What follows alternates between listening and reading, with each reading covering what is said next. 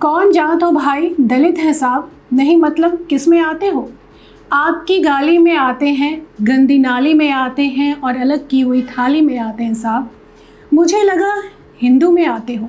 आता हूँ ना साहब, पर आपके चुनाव में क्या पीते हो भाई, जो एक दलित पीता है साहब। नहीं मतलब क्या क्या पीते हो।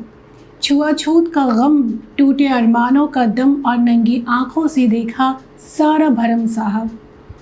मुझे लगा शराब पीते हो। पीता हूँ ना साहब, पर आपके चुनाव में क्या मिला है भाई, जो एक दलित को मिलता है साहब। नहीं मतलब क्या क्या मिला है। जिल्लत भरी जिंदगी, आपकी छोड़ी हुई गंदगी और तिस पर भी आप जैसे परजीवियों की बंदगी साहब। मुझे लगा वादे मिले हैं, मिलते हैं ना साहब, पर आपके चुनाव में। जी हाँ, दलितों की बात सिर्फ और सिर्फ चुनाव में होती है। बच्चा लाल उमेश की कविता की ये चंद पंक्तियां नवादा में दलितों की बस्ती पर बिल्कुल सटीक बैठती है, जहां 80 में से 35 घरों को आग के हवाले कर दिया गया। दलित बस्ती में घर जलाने की घटना नवादा के कृष्णा नगर में 18 सितंबर को हुई थी। 18 सितंबर की रात दबंगों ने 35 घरों को फूंक दिया। सभी घर महादलित जाति से आने वाले लोग के थे। गांव वालों का आरोप है कि नंदू पासवान और उनके साथियों ने इस घटना को अंजाम दिया। फायरिंग और मारपीट भी की गई। पुलिस ने इस मामले में मुख्य आरोपी नंदू पासवान सहित अब तक 15 लोगों को गिरफ्तार किया है। शुरुआती जांच में जमीन विवाद को इसकी वजह माना जा रहा है, लेकिन सवाल ये है कि जमीन विवाद में भी सिर्फ दलितों के घर ही क्यों जलते हैं। कोई ये पहली घटना नहीं है। नवादा में दलितों की बस्ती में आग की घटना का मकसद जमीन विवाद बताया जा रहा है, मगर देश में हर दिन दलितों के साथ अत्याचार होते हैं। कभी दलितों की सरेआम पिटाई होती है, तो कभी दलितों को मंदिर में घुसने नहीं दिया जाता, तो कभी दलित दूल्हे को घोड़ी तक से उतार दिया जाता है। आज़ादी के इतने साल बीत जाने के बाद भी दलितों के साथ इस तरह की घटनाएं आम हैं। नेशनल क्राइम रिकॉर्ड ब्यूरो के आंकड़ों की माने तो दलितों के साथ अत्याचार के 150 से ज्यादा मामले अब भी रोजाना दर्ज किए जाते हैं। एनसीआरबी की रिपोर्ट बताती है कि 2018 से 2022 के बीच दलित अत्याचार के मामले 35% बढ़ रहे हैं। आंकड़ों के मुताबिक 2018 के बाद हर साल मामले में बढ़ोतरी देखी जा रही है। 2018 में दलितों के खिलाफ अपराध के 42,793 मामले दर्ज किए गए थे, जबकि 2022 में 57,582 मामले दर्ज हुए थे। वहीं 2021 में 50,900 मामले सामने आए। एनसीआरबी के मुताबिक दलितों पर अत्याचार के सबसे ज्यादा मामले उत्तर प्रदेश में सामने आते हैं। 2022 में उत्तर प्रदेश में दलितों पर अत्याचार के 15,000 से ज्यादा मामले दर्ज किए गए। दूसरे नंबर पर राजस्थान रहा, जहां 8,500 से ज्यादा मामले सामने आए। आंकड़े ये भी बताते हैं कि हर दिन औसतन 12 दलित महिलाओं के साथ रेप होता है। 2022 में दलित महिलाओं के साथ रेप के 4,241 मामले सामने आए।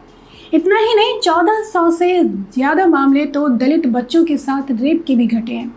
रिपोर्ट के मुताबिक हर दिन 2 से 3 दलितों की हत्या की जाती है। इसके अलावा दलितों को अपमानित और सामाजिक बहिष्कार करने के मामले भी आए दिन बढ़ते जा रहे हैं। रही बात दलितों पर अत्याचार के आरोपियों को सजा मिलने की, तो इसका कन्वेंशन रेट 34% है।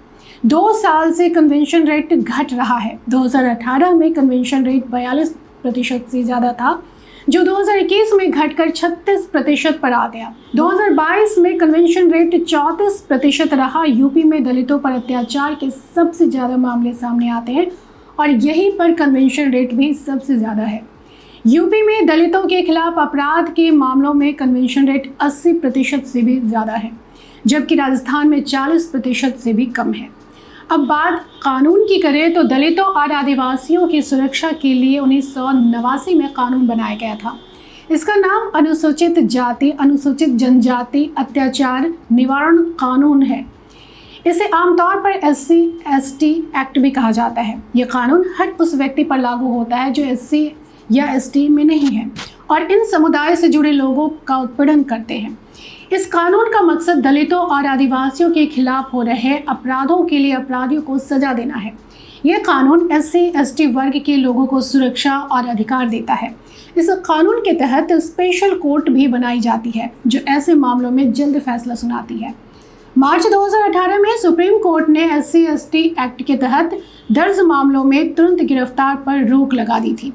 कोर्ट ने फैसला देते हुए कहा था कि सरकारी कर्मचारी की गिरफ्तारी सिर्फ सक्षम अथॉरिटी की इजाज़त के बाद ही हो सकती है। सुप्रीम कोर्ट के इस फैसले का जमकर विरोध हुआ था। बाद में केंद्र सरकार ने कानून में संशोधन कर दिया था। सुप्रीम कोर्ट ने भी इस संशोधित कानून को मंजूरी दे दी थी। दलित समुदाय को सिर्फ वोट बैंक के लिए इस्तेमाल करना राजनीतिक पार्टियों की फितरत बनती जा रही है। वोट के लिए उनके घर खाना खाना महज नाटकीय सम्मान है।